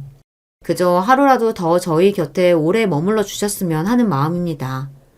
여러분들 보시기엔 그때 제가 한 행동이 옳았던 것 같으신가요? 저는 그날 그 대화 내용을 시아버지께 보여드린 걸 후회하지 않아요. 하루를 살아도 정말 가족 같은 사람들과 함께하고 싶은 마음입니다. 그건 시부모님 역시 다를 거라 생각하지 않아요. 오늘 제가 해드릴 이야기는 여기까지입니다. 마지막까지 저의 이야기 들어주셔서 감사드립니다. 안녕하세요. 제가 언감생심 사연의 주인공이라는 걸 한번 해보고 싶어서 도전에 나섰습니다. 모쪼록 가벼운 마음으로 들어주시면 감사하겠어요. 남편의 나이 30, 그리고 제 나이 20에 처음 만났었네요. 우연히 접점이 생겨서 알게 되었던 남편은 액면가만 보자면 나이보다 좀 어려 보였어요. 26이나 혹은 7? 정말 많으면 8 정도로 저는 생각을 했었죠. 그런데 무려 30이라는 겁니다. 20살짜리 입장에서는 30살 나이의 무게감이 확 다르게 느껴졌어요. 그렇지만 큰일이다. 나는 이미 저 오빠가 마음에 드는데 태어나서 이런 감정을 느껴보는 건 처음인데 이걸 어쩐담? 내가 20살이라고 하면 왠지 저 오빠는 나를 안 만나줄 것 같아. 저는 남편에게 제 나이를 23이라고 소개한 뒤 적극적으로 제 감정을 표현했었죠. 남편은 그 당시 저를 향해 너무 어린데 라고 하면서 망설이는 듯한 모습을 보였으나 결국은 저와 따로 만나는 사이가 되었어요. 당연히 그 거짓말이 영원할 수는 없었기에 10살이라는 나이 차이가 나중에 들통나고 말았지만 이미 그때는 저희가 깊어진 사이였습니다. 남편은 저에게 괘씸하다고 하면서 이별 통보까지 준비했었지만 그게 어디 사람 마음대로 되나요? 이미 나는 추억들이 많은 것을요. 남편이 저를 용서하고 받아줌과 동시에 저희는 결혼을 결심하게 되었어요. 우리 인연은 보통 인연이 아니라고 서로 콩깍지가 단단히 씌운 것이었죠. 친정 부모님께서는 단숨에 허락을 해주셨습니다. 이걸 허락이라고 해야 하는지는 여전히 애매하게 생각되지만요. 그 남자와 결혼을 하겠다고? 네가? 지금? 그래, 너 알아서 해라. 너 좋을 대로 해. 우리는 돈 없으니까 어떻게든 너 혼자 해결하면 될 일이야. 친정엄마는 손을 내저으시며 그렇게 말씀하셨어요. 속으로 섭섭했죠. 제 친정 오빠한테 여자가 생겼을 때는 절대 이런 반응이 아니셨는데 여자는 출가 외인이니까 결혼도 알아서 하고 결혼 생활도 당연히 알아서 하라고 하셨습니다. 그래서 부끄럽게도 저는 아무런 친정의 도움도 못 받고 결혼을 했어요. 남편은 이남 일녀 3남매 중에서 막내인데요. 약간은 늦둥이라고 할 수 있습니다. 위로 아주버님과 시누이는 둘 다 결혼들을 해서 이미 가정을 꾸린 상태였죠. 남편이 30이 되도록 결혼 근처에도 가지 못했던 것은 그게 다 자기 형과 누나를 대신해서 부모님을 챙기느라 그랬습니다. 집안의 막내 아들이건만 마치 맞이가 주로 도맡을 것 같은 일들을 남편은 하면서 살아왔어요. 시아버지께서는 원체 건강이 안 좋아지신 지 꽤 되신 상태였고 다른 일들에 간병까지 맡아 하셔서 그런가 시어머니께서도 건강 상태가 안 좋아지고 계셨어요. 그러니 남편이 시부모님을 챙기는 것에 극진하였던 것이죠. 아주버님하고 시누이는 제 남편보다 나이들도 훨씬 많으면서 대체 뭘 하고 있었냐고요? 제 남편에게 책임을 떠넘기기 바빴습니다. 나는 워낙 옛날에 실질적인 가장 노릇을 많이 해왔기 때문에 이제는 동생에게 물려주고 온전히 내 가정에만 충실한 가장이 되는 게 맞다고 본다. 애들 엄마도 자기네 시댁에 얽매여 사는 며느리 하기 싫다 그러니 어쩔 수가 없지. 상근이 너는 임마 막내랍시고 사랑 듬뿍 받고 컸으면 그 보답을 부모님께 해야지 않겠냐? 나 때는 먹고 살기 바빠서 부모님께 사랑은커녕 관심도 잘 못 받고 컸어. 너는 운이 좋은 거야. 상근이는 막내라서 좋을 때 태어났고 좋게 자랐지. 그러니 상근이가 아버지 엄마 모시고 사는 게 맞지 않겠어? 결혼도 두 분을 잘 모실 여자하고만 해야 할 거야. 두 사람 다 혀가 길었는데 요약을 하자면 자기들은 부모 봉양하기 싫으니까 막내 네가 혼자 희생해서 잘 해보라는 것이었죠. 남편이 막내이기 때문에 특별히 지원을 받고 자랐다던가 이런 것도 없었습니다. 아주버님과 시누이에 비해서 성격이 유순하고 남에게 싫은 소리 할 줄 모르고 이런 것들이 다르긴 했네요. 이런 상황이었기 때문에 결혼하고 나서 자연스레 제가 시부모님을 챙기게 되었습니다. 삼시세끼 끼니도 약도 병원 가는 것도 어디 모시고 외출하는 것도 전부 다 제가 전적으로 챙겨드렸어요. 남편은 그런 저에게 고마워했죠. 서로만 바라보고 한 결혼이었기에 저희에게는 어떤 불만도 없었던 것 같아요. 처음에는 저에게 몹시 겸연쩍어 하시면서 어색해하시고 한편으로는 미안해하시고 그랬던 분들이 시부모님이셨는데 점차 바뀌어 가셨습니다. 점차 서로에게 익숙해지고 나니까 제가 가식이 아니라는 게 보이셨나 봐요. 마음을 편히 놓으시는 게 그 변화가 제 눈에 보이더라고요. 어디서 이런 복덩이가 굴러왔을까? 내가 우리 상근이를 낳을 적에 진통도 얼마 겪지 않고 순풍 출산을 해서 막내가 효자구나 이렇게 생각을 했었는데 이제 보니까 이런 복덩이를 우리 집안에 데려오게 하려고 내가 그때 쉽게 출산을 했었던 거야. 이 날을 위해서였던 거지. 어머님, 저 태어나서 그런 엄청난 칭찬은 처음 받아봐요. 말씀만으로도 감사합니다. 저는 제 친정 부모님께 너 태어날 때 고생을 죽도록 했었는데 그 고생을 한 보람이 하나도 없다는 소리를 종종 들어온 자식이었거든요. 그래서 시어머니의 그 말씀이 참 눈물겨웠습니다. 시부모님께서는 저를 많이 예뻐해 주셨어요. 오래도록 몸이 편찮으셨던지라 성격이 살짝 괴팍하셨던 시아버지께서도 점차 표정이 밝아지셨고 저를 대하실 때 태도가 무척 활기차셨죠. 말씀으로 다 표현해 주지 않으셔도 그게 다 느껴졌습니다. 아무도 저의 결혼이 그리고 결혼 생활이 잘 될 것이라고 예상하지 못했었습니다. 나이 어린 것 하나로 무기를 삼을 거라면 더 나은 집안에 시집가는 방법도 있는데 바보짓 하는 거라는 소리도 들어봤어요. 자기 발로 고생길에 들어가다니 역시 못 배워서 멍청하다는 소리는 사촌 언니에게서 면전에서 들어봤고요. 하지만 그들은 다 틀렸습니다. 웃음소리가 자주 흘러나오는 제 일상이 그걸 뒷받침해 주었죠. 첫째 아이로 딸을 낳았는데 시부모님께서는 단 한 번도 손자 타령을 하지 않으셨습니다. 손녀가 너무 귀엽고 어여쁘다며 어쩔 줄 몰라 하셨죠. 출산하고 나서 제가 한동안 몸이 또 안 좋았는데 남편이 출근을 하면 시아버지께서 아기를 품에 안고 봐주셨고 시어머니께서는 집안일을 도맡아 하시며 저를 챙겨주셨어요. 눈물 나게 감사하더라고요. 제 친정 부모님보다도 저를 살펴봐 주시고 예뻐해 주시는 두 분이셨어요. 그런데 저처럼 시부모님께서도 그런 생각을 비슷하게 하신 모양이었죠. 어느 날 시아버지께서 저에게 이런 말씀을 해주셨어요. 네 덕분에 내가 활기를 찾고 산다. 딸 자식이라고 하나 있는 건 도통 살갑지 못했고 며느리라고 기껏 들인 건 자기 입속만 챙기느라 자기 시댁을 등지고 살았는데 너로 인해서 마치 살가운 딸 자식을 둔 느낌이며 효심 깊은 며느리를 잘 들인 기분을 다 맛보고 있지 뭐냐. 우리 상근이가 색시 고르는 눈이 참 옳았다. 100번 옳았어. 저는 어디에서인가 칭찬은 고래도 춤추게 한다는 문구를 보았는데 그게 정말로 그렇더라고요. 시아버지께서 점차 표정이 밝아지시는 게 보이는 데다 저에게 가감없는 칭찬을 해주시니까 저도 자꾸만 더 잘하고 싶어졌어요. 뭐든 잘해내는 사람이 되고 싶어졌고 이전과는 다른 사람으로 거듭나 보고 싶어졌고 어디 가서 시부모님께 자랑할 만한 며느리가 되고 싶어졌습니다. 나중에 알게 된 것이지만 남들은 대체로 결혼하고 나면 시댁 지옥이 열린다고 그러던데 저에게는 해당이 되기는커녕 반대였고 제 인생의 문이 결혼 덕분에 처음으로 열렸다고 생각해요. 저는 시어머니로부터 반찬 배우는 것을 자청해서 배우기 시작했습니다.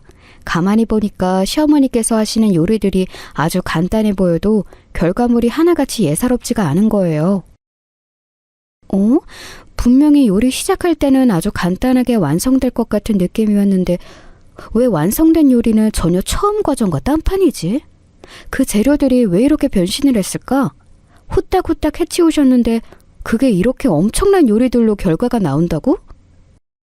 한번 인지를 하고 나니까 시어머니가 대단해 보였어요. 그런데 지금 돌아보니까 가장 대단했던 점은 시어머니 당신은 물론이고 시댁 식구들을 비롯한 그 누구도 그 요리 솜씨를 엄청나다고 생각하지 않았다는 점이에요.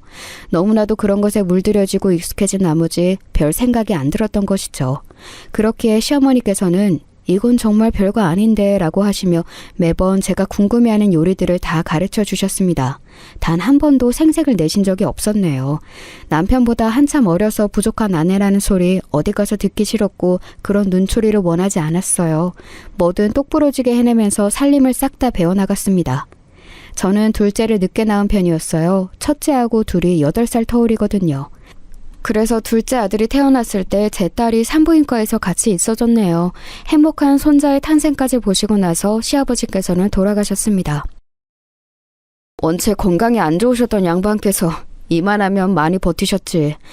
이때까지 버티신 것도 용하고 기적인 셈이지. 호상이네. 호상을 위하여 건배! 장례식장에 밤이 깊었을 때 술에 취한 아주버님께서 그렇게 떠드셨고 근처에 있던 시누이가 맞는 말이라는 듯이 고개를 끄덕였습니다.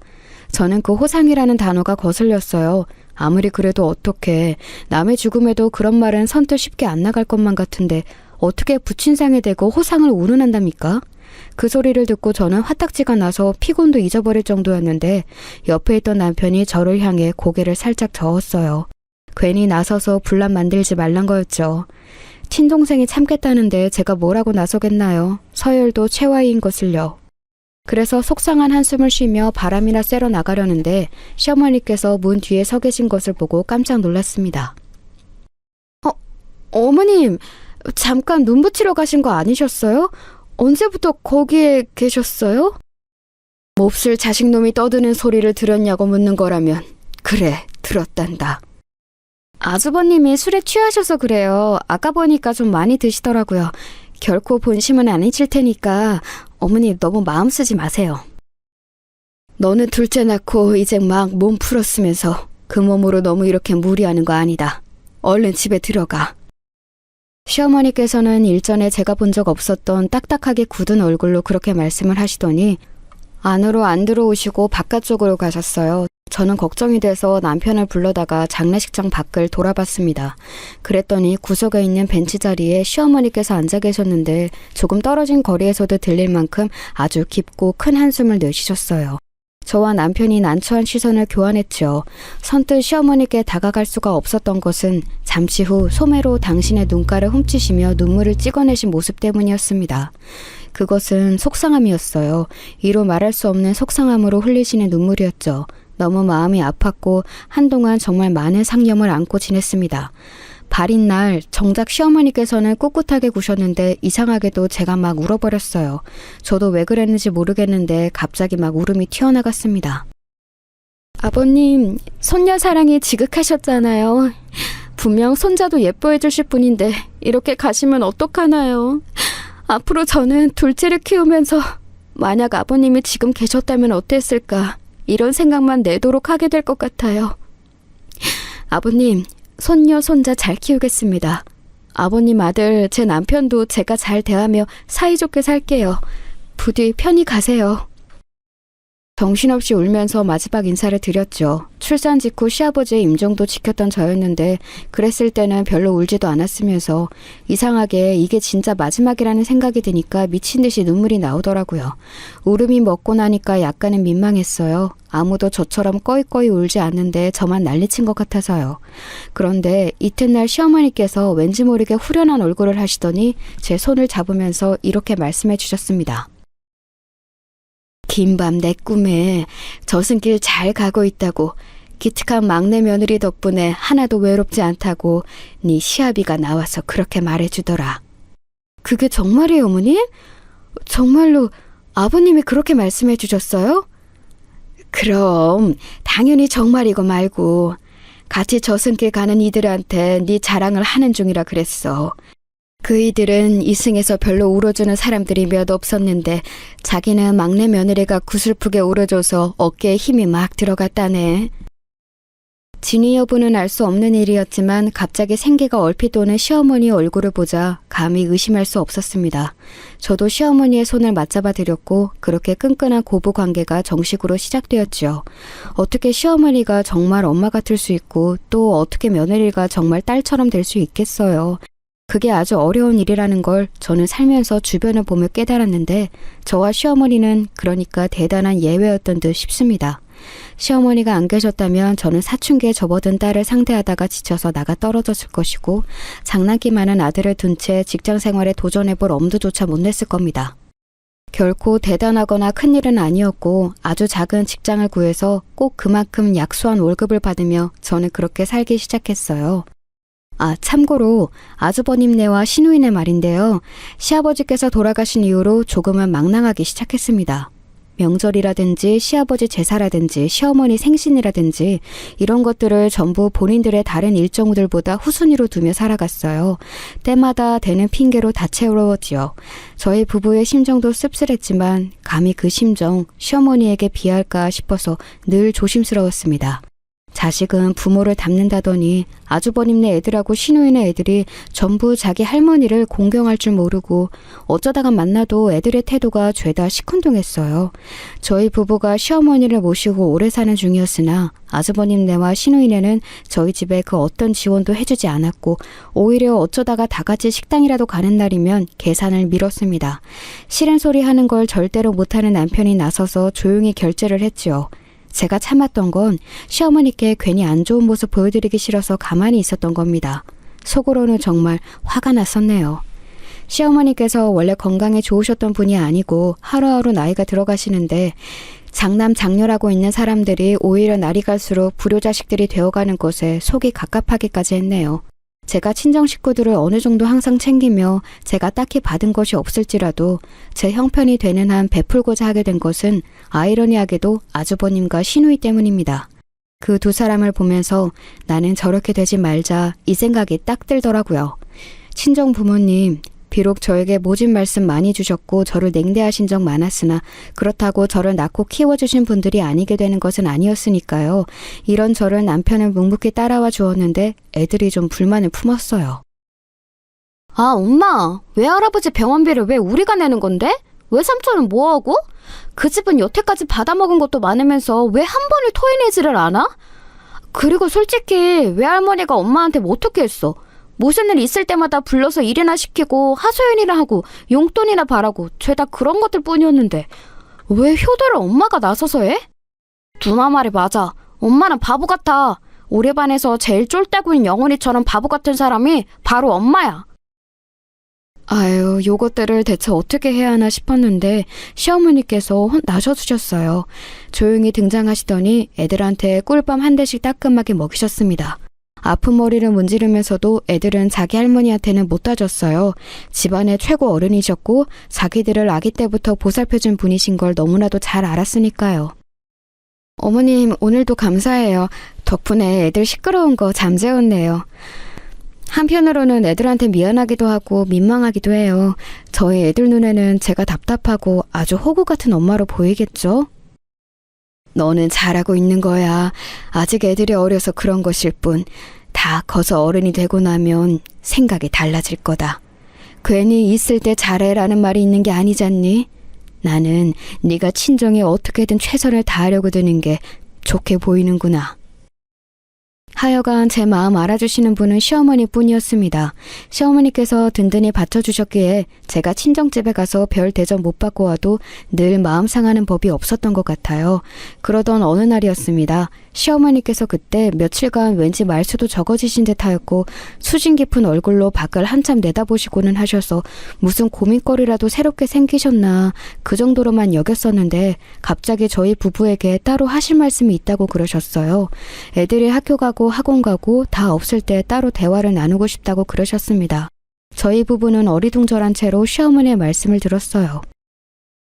자식 셋 낳고 살았고 손자 손녀도 다 봤지만 이 나이 먹고도 인생이란 뭘까?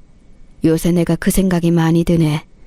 너희가 세상 떠난 우리 영감에게 그리고 나에게 가장 잘한 자식이자 며느리인 것 인정한다. 무조건 인정해. 나는 이 자리에서 얼마가 넘는 재산이라도 어떻게 할 것인지 뜻을 밝혀두려고 하는데 너희가 특별히 잘했지만 부모 마음이라는 게 너무 복잡해. 자식들에게 다 고루 줄 수밖에 없어. 이런 나를 너희가 이해해 줄 수 있을까? 고심을 얼마나 하셨으면 말씀을 느릿하게 하시는 동안에도 눈빛에서 고심의 흔적이 엿보이는 것 같았습니다. 제 옆에서 남편이 몹시 당황한 눈치이길래 제가 몰래 남편의 손을 잡은 뒤 얼른 대답했어요. 네, 어머님. 저희는 더 받고 말고 의견을 드릴 것도 없어요. 그저 귀중한 재산을 주시겠다고 말씀해 주신 것만으로도 감사합니다. 그래? 그렇단 말이지. 혹시 서운해할까봐 걱정했는데 아니라니까 다행이구나. 우리 상근이 생각은 어떠니? 너도 똑같이 생각해? 시어머니께서 그렇게 물어보셨을 때 남편은 한숨부터 내쉬었는데요. 이내 자기 손을 힘있게 잡아오는 제 손길을 느끼더니 저를 쳐다봤고 그러고 나서는 표정을 풀고 빙그레 웃었어요. 네, 저도 그렇게 생각해요. 저는 그냥 애들 엄마가 하자는 대로 다 따르고 살기로 결심한 지 오래라서요. 애들 엄마가 그렇게 생각했다면 제 생각도 그런 겁니다. 남편의 말에 제 마음이 편안해졌어요. 저희 부부는 시어머니께 진심을 다해 말씀을 드렸죠. 얼마 안 되는 재산이라도 시부모님 두 분이 일구셨던 것 정말 소중하게 여긴다고요. 시어머니께서는 가만히 저희의 이야기를 들으셨고 다음 달에 재산 정리에 들어가겠다고 하셨습니다. 그때까지만 해도 저희 부부는 별 생각이 없었어요. 시어머니께서 쥐고 계시는 재산 정확히 얼마인지는 몰랐으나 대략 어느 정도 수준이겠거니 이런 짐작 정도는 저희 부부뿐만 아니라 왕래가 뜸해진 지 오래인 아주버님과 시누이도 다 할 수 있는 것이었죠. 재산 정리를 하겠다는 시어머니의 선언에 평소에는 늘 바쁘다고 하던 아주버님네와 시누이네가 단숨에 총집합했어요. 시간 맞춰서 아주 제깍제깍 오더라고요. 새 집에 골고루 재산이 나눠갔는데 최종적으로 간 전달된 금액이 대략 2,500만 원 정도로 되었습니다. 이거라도 받아서 다행이네요. 내가 장남이니까 사실 더 받을 수 있는 거 아니냐고 요구하고 싶지만 양심적으로 제가 아버지 어머니 모시고 산 적은 없으니까 이걸로 만족할게요. 지금 오빠 말 들으니까 생각난 건데 상근이하고 올케 혹시 두 사람 아직 엄마 모시고 산다고 해서 돈 더 받고 싶다고 그럴 생각은 아니지? 둘이 자원해서 엄마 모시고 사는 거니까 괜히 돈 더 받아낼 생각은 하지 말아줘. 두 사람의 좋은 뜻이 나쁘게 비춰질까봐 내가 걱정돼서 하는 소리야. 장남과 장녀의 멋진 발언이었습니다. 그것까지 듣고 나니까 자기 형 누나에게 남아있던 정이 떨어진 모양인지 남편이 한숨을 쉬면서 고개를 돌리더라고요. 시어머니께서는 안 들리시는 척하면서 딴청을 피우고 계셨죠. 저는 왠지 앞으로는 더욱 아주버님네와 시누이네를 못 보고 살 것 같아서 괜히 나쁘게 마무리할 필요는 없을 것 같았기에 네, 알겠습니다 하고 말았습니다. 재산 정리는 그렇게 다 이뤄졌고 그것으로 끝인 줄 알았어요. 하지만 반전은 그때부터였습니다. 며칠 뒤 시어머니께서 저희 부부에게 숨겨진 다른 재산을 밝혀오셨어요. 시아버지께서 돌아가시기 전, 그러니까 제가 둘째 아들을 임신하고 나서 얼마 안 되었을 때 시부모님께서는 자식들 몰래 따로 일구어 오신 재산에 대한 상의를 미리 하셨다고 합니다. 그리고 바로 그 재산을 저희 부부에게 시어머니께서 지금 주시기로 하신 거였어요. 이건 상상도 못했어요, 어머님. 설마 두 분께서 그런 돈을 가지고 계셨다니요? 아버님께서 그 옛날에 작게 사주셨던 땅, 그게 값이 천정부지로 올라서 그걸 판 돈이 따로 있으셨다니. 당황한 제 옆에서 남편은 거의 넋이나가 있었지요. 그러더니 어떻게 저축을 해야 더 안전할까 그 얘기를 이튿날 저에게 해오더군요. 하지만 저는 간밤에 다른 생각을 마친 참이었습니다.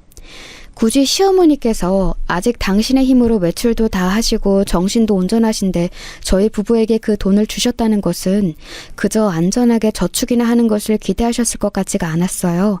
그 돈은 땅을 팔아서 생긴 돈이라고 하신 것에 저는 힌트를 얻었고 대범한 결정을 내렸습니다. 다른 지역에 작은 아파트를 샀어요. 이게 돈을 부르지 못해도 상관없어. 나중에 이 다음에 어머님 돌아가시고 애들도 다 커서 시집장가 가겠다고 하면 우리가 그 집에 들어가서 살아도 좋지. 남편은 제가 하고 싶은 대로 따르겠다고 그랬습니다. 생각해보면 정말 재미있는 일이에요. 남편이 저보다 한참 연상이었건만 단 한순간도 저에게 권위를 내세운 적 없었고 오히려 제 말을 잘 따라주었죠. 어쩌면 과거에 이 남자의 이런 면모를 기적처럼 알아보고 나이를 속여가면서까지 들이댔었는지는 모르겠네요. 그렇게 사들인 아파트는 엄청난 결과로 돌아왔습니다. 왜냐하면 그 아파트 동네가 엄청나게 개발되기 시작했기 때문이에요. 집값이 확 뛰기 시작했습니다. 당신의 선택이 옳았어. 이제 그 아파트는 한동안 값이 내릴 일이 없을 것 같다던데 더 가지고만 있어도 우리는 계속 더 부자가 되는 셈이야.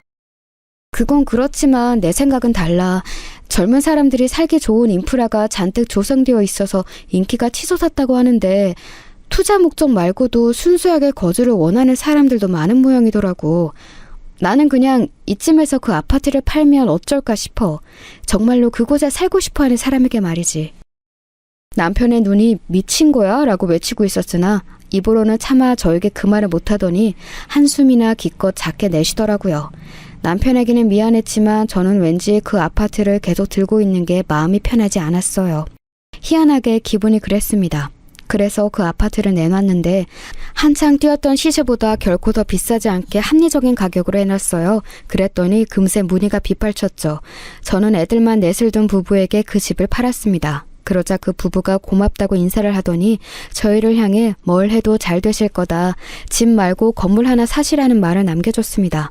제가 그 말을 듣고 생각했었죠. 에이, 말도 안 되는 소리. 건물 살 돈이 어디 있어? 그런데 집에 와서 가만히 계산기를 두드려 보니까 어라?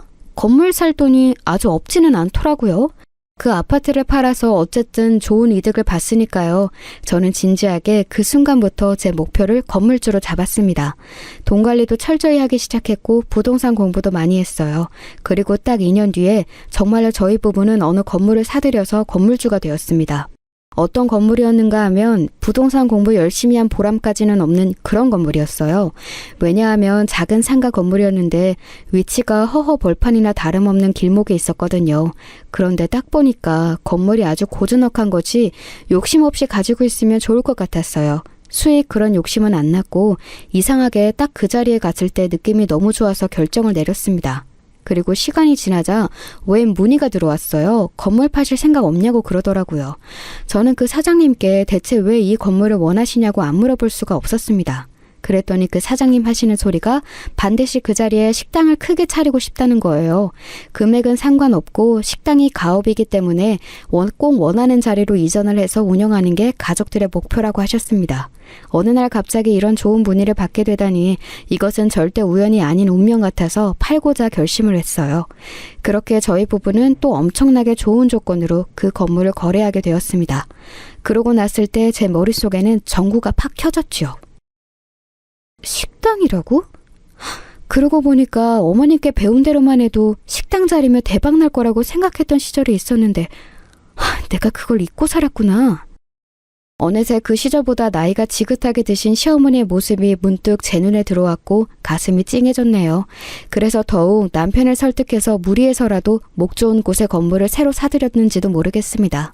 시어머니께 꼭 보여드리고 싶어서 그랬던 것 같아요. 그 건물은 남편과 깊은 상의 끝에 제 것으로 하였죠. 제 단독명이요. 목 좋은 건물의 주인이 된 대가로 재산이 이제 말짱 도루묵이 된 상태였습니다. 그런데 시어머니께서는 그 건물을 직접 보시더니 만족스레 끄덕이셨어요. 잘했다. 잘 결정했어.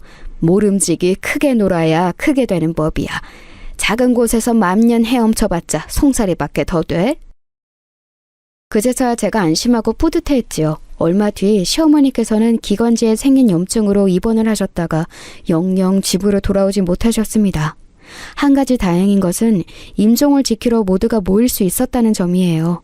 시어머니 곁에 상주에 있던 저, 그리고 연락을 받은 뒤 한 걸음에 달려온 남편, 할머니 바라기인 저희 애들, 이렇게 저희 식구는 단숨에 모였지만 다른 두 집은 느렸다는 게 살짝 아쉬웠지만요. 그나마 시누이네는 너무 늦지 않았는데 아주버님네가 늦장을 부렸습니다. 그 자리에 시어머니의 옛 고향 친구 두 분께서도 자리하고 계셨는데 단박에 아주버님을 호통치셨지요. 그러자 아주머니께서는 놀랍게도 삐치셨어요. 요 며칠 계속 상태가 안 좋으셨고 저는 어차피 이미 할 얘기 들을 얘기 다 끝냈는데 왜 사람을 이렇게 몰아붙이세요? 제가 뭘 그렇게 잘못했습니까? 투덜투덜거리시는 모습에 놀랐는데 옆에서 시누이가 하긴 돈도 이미 예전에 다 받았고 이렇게 중얼거리더라고요. 기가 막혔습니다. 시아버지의 제사를 꼬박꼬박 챙기며 솔선수범한 건 저희 집뿐이었기에 이제 시어머니께서 돌아가시면 저 두 집은 더욱 방만하게 굴면서 제사의 지읒자도 안 쳐다볼 게 뻔했습니다. 시어머니께서는 제 남편을 보시고 그 다음 저를 눈치타신 다음 옅게 미소 지으셨어요. 그 모습이 마치 내가 옳았구나 이렇게 말씀하시는 듯 했습니다. 그러더니 숨을 거두시기 전 가까이 다가간 저에게 아주 작게 속삭이셨어요. 저는 거의 입모양으로만 알아들은 말씀이었죠. 내가 지켜줄게. 우리 영감하고 둘이 저승에서 너희를 꼭 지켜줄게. 그리고 바로 몇 분 뒤에 영원한 안식을 찾아 떠나셨어요. 제가 얼마나 울었는지 모릅니다. 저에게 그 내용을 전해드는 남편도 가슴을 치며 울었지요. 시어머니의 옛 고향 친구 두 분은 숨겨져 있던 재산의 비밀을 알고 계신 분들이었습니다. 저희 부부에게 슬쩍 다가오시더니 앞으로 좋게 잘 되길 바란다고 하셨어요. 남편 보고 건강관리 잘하라고도 조언을 주시더군요. 왜냐하면 시아버지께서 간이 안 좋으셨는데 그게 집안 유전이니 주의해야 한다고 해주신 거였어요. 실제로 아주버님도 간 쪽이 안 좋았습니다. 앞으로 힘든 일, 어려운 일 있으며 지체 말고 연락 달라고 말씀 주시는 게 얼마나 든든하고 감사했는지 모릅니다.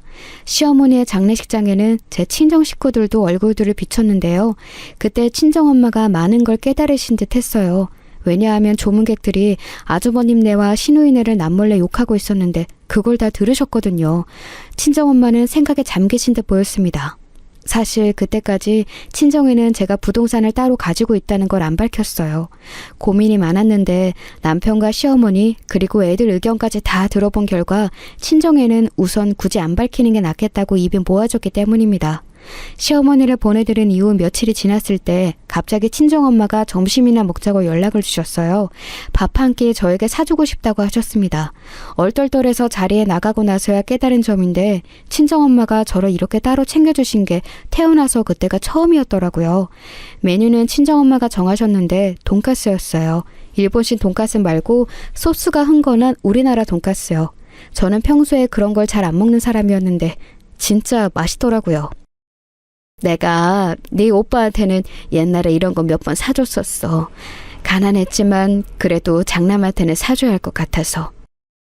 맛있는 돈가스를 앞에 두고도 잘 못 드시던 친정엄마가 한숨과 함께 그렇게 말씀하셨을 때 저는 가만히 친정엄마의 접시를 제 앞으로 끌어와서 돈가스를 다 잘라드렸습니다. 먹기 좋게 다 잘라서 다시 친정엄마의 앞으로 밀어주었는데 친정엄마가 어느새 울고 계셨어요. 네 아버지 건강이 요새 좋지 않아. 나도 많이 늙었다는 생각도 들더라. 이 나이 때까지 어떻게 살았는가를 내가 요새 참 많이 떠올려 봤는데 별로 인생에서 남은 게 없더라고. 그나마 딱 하나 잘 건진 게 있다면 자식 농사 하나, 바로 너 하나, 그것밖에 없더라. 부족하고 많이 모질게 굴었던 엄마여서 너에게 미안하다. 그날은 태어나서 처음 겪는 일투정이었어요. 친정엄마가 제 앞에서 우시는 것도 그 눈물을 닦아드리는 것도 모두 처음이었거든요. 저희 모녀는 그 자리에 깊은 대화를 나눴습니다. 가족이라는 이름 하에 안 되는 건 없더라고요. 부동산 얘기는 시간이 지나면서 자연스럽게 밝혔습니다. 신기한 건 친정 부모님이 그거 아시고 나서도 신기해하고 축하를 해주셨을 뿐 돈 달라고 안 하셨다는 점이었어요. 저희 부부는 아주버님 시누이와 자연스레 연락을 끊은 뒤였고 어쩌다 보니 제 친정 부모님과 자주 연락하며 잘 지내게 되었네요. 몇 달이 지났을 때 엄청난 일이 일어났습니다. 네노라는 대기업 브랜드가 제 건물에 입주하고 싶다고 문의가 들어온 것이었어요. 세상에 안 믿겨서 몇 번이고 그 문의를 확인했을 정도였네요. 단숨에 그 일대의 핵심으로 제 건물이 급부상하게 되었습니다. 그때부터는 그야말로 돈벼락 길이었던 것 같아요. 돈이 돈을 부른다는 말 뭔지 알 것 같았습니다. 이듬해 저는 바로 근처에 작은 상가도 사들였어요. 시어머니의 옛 고향 친구분께서 저에게 흘러가듯 끝내 식당을 안 차릴 거면 너무 아쉬운데 라고 말씀하신 게 유효했습니다. 그 상가의 1층에는 식당이 있었는데 거기 사장님께서는 다른 사람에게 권리금을 받고 넘기고 싶어 하시던 참이었어요. 저는 제가 아는 시어머니의 그 손맛, 그것을 재원해내줄 제 의견을 적극 반영하여 식당을 운영해줄 새로운 사장님을 직접 찾아 나섰는데 결론적으로 누가 되었는가 하면 제 친정엄마가 되었습니다. 그 연세에 직접 불 앞에서 고생하실 요량은 아니었고 직원들을 전두지휘하는 역할이셨지요. 전문가인 주방장에게 제가 시어머니의 요리법을 알려드렸는데 경력 많으신 분이라서 저도 마냥 쉽게 대하기는 어려웠거든요. 그럴 때 친정엄마의 도움을 받았지요. 딸로서 이런 얘기하지는 좀 그렇지만 친정엄마가 결코 인상이 만만하지 않으세요. 묘한 카리스마는 주방장과의 서열을 정확하게 정리시켰죠. 정신없고 보람되게 흘러가는 인생이었는데 단 한 가지 걸리는 게 있다면 애들이 결혼을 안 하고 있다는 점이었습니다. 특히 첫째인 제 딸이요. 여자애가 30이 훌쩍 넘도록 시집갈 생각을 전혀 안 하고 있으면 되겠냐는 저희 부부의 잔소리에도 전혀 굴하지 않았습니다. 자기는 결혼은커녕 연애도 관심이 없다고 하면서 자기 부모의 속을 뒤집어 놓았어요. 선 자리라도 확 잡으려고 했는데 그때 남편이 좀 아팠습니다. 결국은 간 문제였죠. 병원을 꽤 들락날락거렸어요. 저도 거기에 매달리다 보니까 몇 년이 훌쩍 지났어요. 그리고 그때까지도 딸은 전혀 결혼할 생각은 안 갖고 있었습니다. 환장을 노릇이었어요. 그런 판국이었으니 제 아들이 결혼하겠다는 말을 꺼내왔을 때 얼마나 쌍수들고 환영했는지 모릅니다. 여자친구가 있다는 것만 알았지 어떤 상대인지는 잘 몰랐는데요. 자기 동생의 여자친구를 몇 번 만나본 제 딸의 말에 의하자면 얼굴도 예쁘고 집안도 괜찮아서 모두가 탐낼 만한 신부감이라고 했습니다. 같은 여자의 눈으로 보기에 그 정도면 무조건 괜찮은 아가씨일 게 틀림없었어요. 대학 후배 통해서 만난 사이이고 이제 1년 좀 넘게 만났는데 슬슬 결혼 이야기 꺼낼 때가 된 것 같아서요. 서로 헤어질 생각 없으면 결혼하자고 화끈하게 의견 맞췄어요. 허락해 주실 거죠? 당연하지. 우리 아들 언제 이렇게 다 커서 결혼하겠다는 말까지 하게 되었어? 아이고 기특해라. 어떤 아가씨인지 보고 싶으니까 시간 괜찮을 때 인사나 한번 시켜줘. 며칠 뒤에 아들이 자기 여자친구를 데리고 왔는데요. 불쑥 찾아와서 제가 정말 깜짝 놀랐습니다. 저는 그날 친정엄마가 몸이 안 좋으시다고 해서 식당에 나와 있었거든요. 그리고 남편은 모처럼 움직이겠다고 나와서는 식당의 잔 부분들을 손보고 있었습니다. 가장 손님이 없어서 사실상 영업을 쉬는 거나 마찬가지인 오후 3시에 아들이 자기 여자친구의 손을 잡고 들어서서 제가 뒤집어졌죠. 주방장이랑 직원 하나랑 재료 다듬다가 얼른 마중을 나갔습니다. 아들, 오늘 온다고 미리 말 좀 하지 그랬어. 아유, 이렇게 곱고 어여쁜 아가씨 앞에서 엄마가 꼭 이렇게 일하다 말고 추리한 모습을 보이게 해야겠니? 아니에요, 어머님. 오빠한테 뭐라 그러실 거 없어요. 제가 얼른 어머님, 아버님 찾아뵙고 싶다고 조른 거예요. 혹시 저 때문에 따로 뭐 준비하고 그러실까 봐. 그러면 제가 너무 죄송하잖아요. 그냥 편하게 계실 때 오는 게 좋을 거라고 생각했는데 혹시 제가 너무 민폐를 부리는 걸까요? 아이고, 민폐라뇨. 그렇게 생각 말아요. 얼른 여기 편한 데 앉아요. 점심은 먹었어요? 배고프면 메뉴 하나 내올까요? 말만 해요. 다 내놓을 수 있으니까. 간단히 점심 먹고 출발했어요. 오빠가 장난스럽게 우리 엄마 식당이라셔 그랬었는데 정말이네요. 저는 식당이 그냥 작은 한식집인 줄로만 알고 안 물어봤었는데 이렇게 번듯하고 좋은 곳일 줄은 몰랐어요. 제잘제잘 떠드는 모습이 어찌나 귀엽던지요. 한눈에 느껴졌어요. 유복한 집안에서 어려움 없이 곱게 잘 큰 아가씨라는 걸 알 수가 있었습니다. 시원한 녹차를 내어줄 때 남편이 들어왔어요. 남편도 깜짝 놀랐죠. 얼떨결에 저희 부부는 예비 며느리와 그 자리에서 인사를 나누게 되었습니다. 이런저런 가벼운 대화가 오갔어요. 저희 부부는 예비 며느리에 대해서만 그리고 두 사람이 어떻게 만나왔는지 그런 이야기만 듣고 싶었는데요. 그쪽에서 먼저 집안 이야기를 꺼내더라고요. 사실 저희가 여태까지 서로 집안 이야기를 안 나눴어요. 그래서 저도 오빠한테 저희 집 이야기를 자세히 밝힌 적은 없는 것 같은데요. 아버지께서는 수입 가구 들어오시는 일을 하고 계시고 어머니께서는 어린 학생부터 성인까지 골고루 다니는 미술학원을 운영하고 계세요. 원장님이십니다. 저랑 1살 차이가 나는 남동생은 대학을 미국으로 갔다가 졸업한 후 국내에 들어와서는 외국계 기업에 다니고 있어요. 그리고 집안에 변호사 1명, 초등학교 교사 1명도 있다고 하더군요. 홀린 듯이 멍하게 듣고 말았습니다. 참고로 제 아들은 모 대기업에 재직 중이었고 예비 며느리인 아가씨도 같은 곳은 아니고 다른 대기업에 다니고 있었네요. 똑부러지게 자기소개를 하는 모습이 영특해 보여서 저도 모르게 그만 너털웃음을 터뜨리며 이렇게 말해주었습니다. 양친께서 전문적으로 뭔가 일을 하신다는 게 멋지네요. 나는 그냥 이렇게 식당 일이나 하면서 살아요. 우리 남편도 시간이 나면 이렇게 나와서 어슬렁거리고 아닐 때면 그냥 집 주변이나 돌아다니고 이러고 있네요. 사실 아들이 저희 집 이야기를 이미 다 해놓은 줄 알고 그렇게 말을 했던 거예요. 아무튼 그날 이런저런 대화를 나누다가 생각보다 시간이 많이 흘러서 저녁까지 먹인 후에 보내주게 되었습니다. 식당에서 밥을 먹은 후에 그 아가씨는 너무 맛있다, 여기가 잘 될 만하다 이러면서 밝게 웃어주었지요. 딸이 결혼 생각 없다 그래서 한참 속상했는데 드디어 아들이 먼저 결실을 맺는구나 싶었고 기쁜 마음으로 배웅을 해주었습니다. 서로를 보며 환하게 웃는 한 쌍 좋아 보였어요. 남편하고 둘이서 우리도 이제 할아버지 할머니 되는 꿈을 꿀 수 있겠다며 웃었죠. 하지만 웬걸요?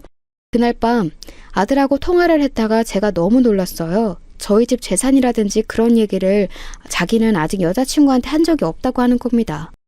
아이고, 이래서야 상황이 잘못 꼬이는 거 아닐까 싶었는데 옆에서 남편은 오히려 잘 됐다고 하더군요. 상견례 자리에서 차분히 다 밝혀도 될 이야기라고 그랬어요. 가만히 듣고 보니까 맞는 것 같아서 저도 가만히 있었네요. 그런데 그게 화근이었나 봐요. 며칠이 흘렀고 그 사이 제 아들과 그 아가씨 사이에서 뭔 대화가 오갔는지, 그리고 그 아가씨가 자기 집에다가 뭔 얘기를 했던 것인지 알 길은 없는데 하여간에 어느 날 식당으로 웬 중년 여자 손님이 혼자 들이닥치더니 저를 찾았습니다. 저는 어리둥절해서 행주를 쥔 채로 그분 앞에 가보았죠. 나요, 박유정이 엄마 되는 사람입니다. 네? 아, 그러시다면 예비 사돈이시군요. 저희 이번 주에 애들 통해서 한번 통화하기로 했죠. 저는 아들한테 그렇게 전해 들었는데요. 네, 그런데요. 내가 도저히 참고 기다릴 수가 없어서 직접 찾아왔습니다. 우리 딸이 자기가 결혼할 집안이 볼품 없는 걸 보고 속상해서 난리를 치던데. 그래서 내가 그 얘기 듣고 당장 헤어지라고 그랬어요. 근데 그만한 신랑감은 또 만나기 힘들다면서 고민을 하더라고요. 내가 그 고민 끝내주려고 직접 온 거예요. 직접 보고 판단할 겸 해서요. 아이고, 그러셨군요. 일단 앉으시겠어요? 먼 길 오셨을 텐데 판단은 천천히 하시고 우선 목이나 좀 축이세요. 커피 괜찮으세요? 식당에 믹스밖에 없기는 한데. 믹스요? 허! 내가 믹스 땀이나 먹게 생겼어요? 이보세요. 하나를 보면 열을 한다고. 나는 이미 여기에 딱 들어서고 그쪽 얼굴을 딱 본 순간 판단 맞췄습니다. 벌써요? 판단을 그럼 어떻게 내리셨는데요? 몰라서 물어보는 거예요? 어쩜 사는 형편이 궁색하시면 눈치라도 빠르셔야죠. 집안끼리 급 자체가 다른데 당연히 파혼해야 하는 거 아닌가요?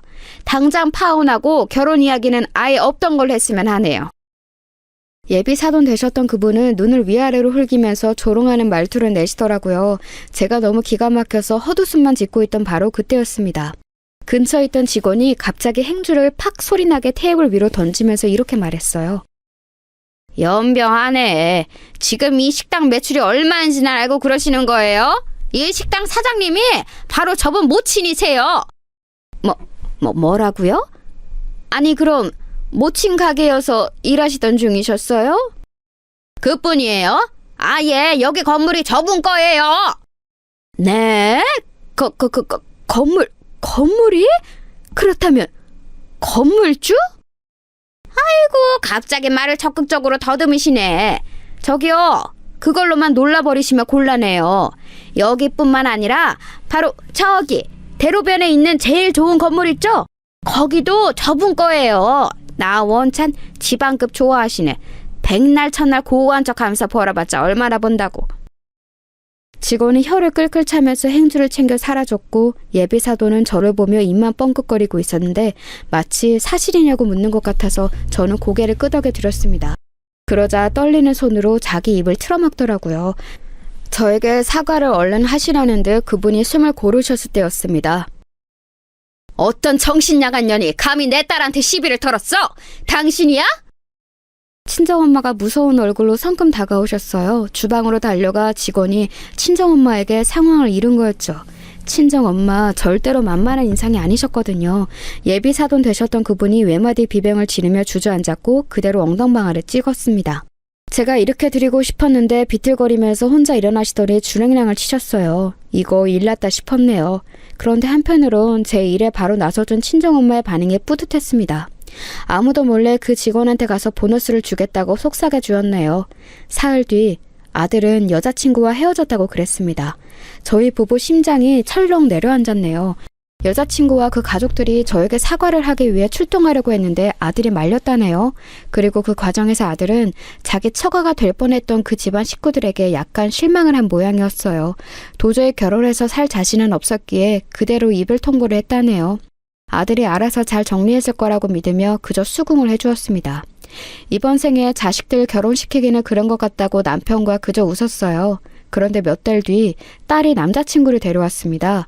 독서 모임에서 우연히 만났는데 너무 잘 맞아서 오래 만날 것도 없이 바로 결혼하고 싶다고 그랬어요. 아니 이게 웬 떡인가 싶었네요. 사위는 딸보다 2살 연하였고 본가가 먼 지방 시골 동네였는데 집안 식구들이 전부 다 순박하고 선했어요. 제 아들도 이에 질세라 장가를 들었는데 그 상대는 바로 시어머니 옛 고향 친구분의 손녀딸이었답니다. 어쩌다 보니 인연이 이렇게 연결되었어요. 얼마나 싹싹하고 똑부러진지 아주 말도 못해요. 제 자식들의 결혼 생활은 이제 막이 올랐으니 가야 할 길은 한참 남았습니다. 저는 그 여정을 기쁜 마음으로 지켜봐 줄 생각이에요. 부디 행복한 순간들이 가득하기를 빌고 있답니다.